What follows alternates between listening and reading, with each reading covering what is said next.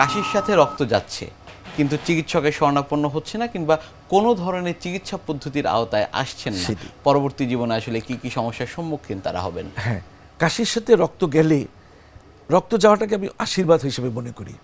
আপনি বলবেন এটা আবার কেমন মনে? এক ধরনের উপসর্গ স্যার। এটা একটা যদি কাশির সঙ্গে রক্ত যায় তখন রোগী চিকিৎসকের কাছে দৌড়ে আসে, রোগী একটু নেড়েচেড়ে বসে, চিকিৎসক একটু নেড়েচড়ে বসছে যে নিশ্চয়ই একটা কিছু গরমিল হয়ে গেছে, নিশ্চয়ই কফের সাথে কেন রক্ত যাবে, কফ কাশির সাথে রক্ত যাবে কেন, সঙ্গে সঙ্গে তার একটা এক্সরে করে দেখি, এই জন্য আমি বলি একটা আশীর্বাদ।